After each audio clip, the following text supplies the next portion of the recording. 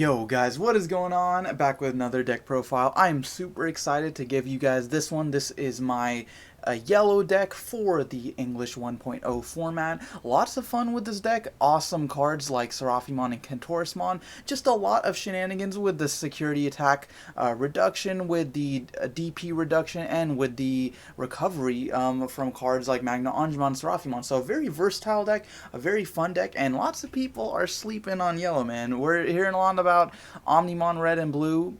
But I legitimately think yellow is a pretty solid deck, even without SlashAngemon. So let's go ahead and get into it.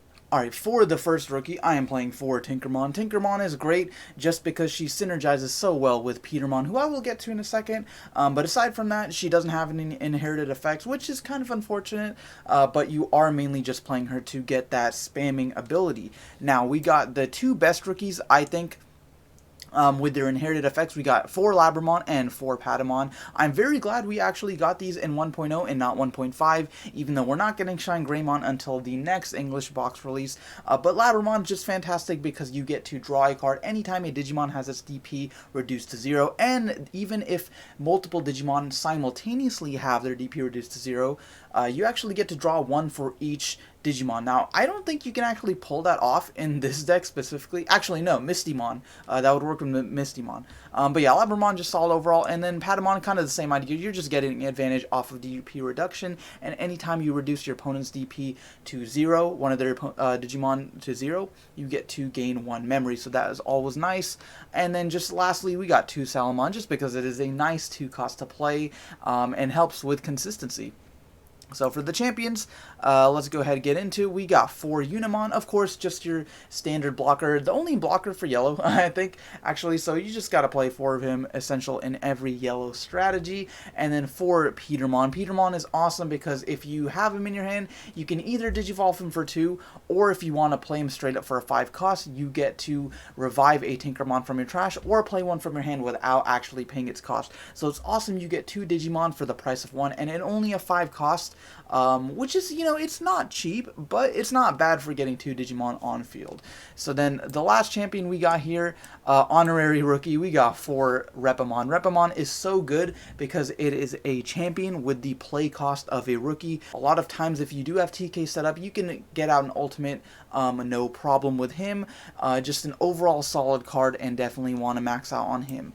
Now for the ultimates, we got 4 Sirenmon. Sirenmon is awesome, one of my favorites because a 5 play cost is so good. It's on par with a lot of champions. Like you'll see Petermon and Petermon and Unimon, sorry, have the same play cost as Sirenmon. So 5 to play is awesome, especially if you do want to get into your megas very quickly. And then 2 to Digivolve is awesome as well. So no matter which way you're going about it, Sirenmon is just a good card to play. 2 Mistymon, because you want to play as many DP reduction cards in this deck as possible because we don't have SlashAngemon, and he's just solid. 7 to play is on par with SlashAngemon, and potentially getting rid of 2 rookies is pretty nice, especially if you're playing against purple or maybe a rookie rush deck. This is always awesome and helps you proc your effects with the Patamon and Labramon. Speaking of SlashAngemon, now we got the recovery team here. We got 2 SlashAngemon and 1 Angemon. You could definitely mess with these ratios if you want. Throughout testing, I find this is the ratio I like the best of all these ultimates.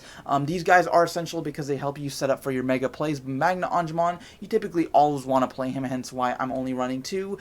For a 7 to play, and a pretty solid inheritable effect, you get that recovery +1, so that is always awesome, saves you lots of games. And Andromon, whenever your security is 3 or less, it is awesome, you get to get recovery +1. So she's a mini SlashAngemon, but you Digivolve her, so instead of a 7, you often get to get away with a recovery effect for 3, which is awesome. So definitely want to play her. Now, for the first level 6, we got 4 SlashAngemon. I think he is probably one of the best ones, just because you can get him out so quickly. At 3 to Digivolve is not too bad, especially because it gives you a -8,000 DP reduction for one of your opponent's Digimon. That takes care of pretty much every ultimate and lower in the game, and if you pair it with something like Patamon or Labramon, you are just constantly getting advantage, and you are constantly able to prevent your opponent from setting up for their big plays. Alright, so then as far as the other guys, we've got 2 Seraphimon. I love his effect. You get to get immediately recovery +1, so pair him with something like SlashAngemon, that's 2 recoveries right back to back. And as well as that, if your security is 3 or more, you get to have security attack +1. So he is honestly just a very aggressive card, as opposed to SlashAngemon, who, yes, his when Digivolved effect is fantastic. However, he only has 8,000 DP. Seraphimon with his 10,000 DP and security attack +1 is always nice to have a very powerful offensive and defensive card. So just very essential in the yellow strategy, I think, as far as 1.0 format goes. And then for the remainder of the megas, we've got Kentorismon. I kind of do want to play more of him. Just I really enjoy Kentorismon. The ability to prevent your opponent from OTKing you for giving your opponent's Digimon up to 5 of their Digimon. That's crazy. That's all. Oftentimes, that is like the majority of their field, if not the whole field. Security attack -2. So maybe if they got a bunch of Digimon getting ready to game you, you can stall yourself out for a turn. And even if they do get rid of him, you're pretty much always taking out something in return with that -11,000 DP. And then the last Digimon we got here is one Magnadramon, just a solid recovery +2. You really do want to stall out the game as much as possible. And her when attacking effect is pretty solid too. So for an 11 cost, recovery +2 is awesome. This can win you games by itself. Now for the last cards, we got 4 TK. TK is pretty much the best tamer in the game, I think, at least. For a 4 cost, you get that constant memory every single turn. You're set up with 3 memory, so you can be confident that you will be able to get on with your plays. Your opponent won't be able to memory lock you. And the effect where you can search through your security, and then you'll always get that recovery +1 because every card in this deck is yellow. So you will always get that recovery, and being able to search through your security for any combo piece you don't actually have in your hand at the time is fantastic. So that is why I love TK. And then we got a couple option cards here. I kind of do want to play more of each of these. I really like Symphony #1 just because it gets rid of pretty much most ultimates, prevents your opponent from setting up for a big place, and sometimes you want something that's not, like maybe if you don't have a SlashAngemon on field, maybe if you don't want to commit to a Mega, this is nice for only a 5 cost. And then 7 Heavens, or Strike of the 7 Stars, for the same reason. -10,000 is very powerful, and it does have a security effect. Not playing Eden's Javelin. Actually, not sure if that's even in 1.0. If it is, you could definitely play that. It's a solid card as well. And I honestly want to play more than one of these. But, you know, finding room for more option cards is always a difficult task.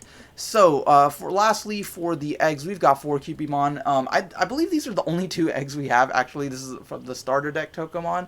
But yeah, Cupimon's good just because you always get that draw 1 whenever your security is 5 or higher. So that is not too difficult to get. You know, especially early on, you'll always have 5. But even if you do lose security, you can always recover it with things like Magnangemon, with Seraphimon, and whatever, and then just get that draw ability. And then Tokomon, just because, I mean, he's just there. But the +1000 is nice occasionally. Anyways, guys, that is going to do it for the deck profile. Let me know what you guys think about this build. I would definitely appreciate feedback, and yellow is just such a fun deck for me. I love all these powerful, you know, crazy angels and whatever this guy is, all in one deck. But yeah, guys, let me know what you think. If you did enjoy the video, hit that like button and subscribe for more Digimon content, and I will see you guys next time.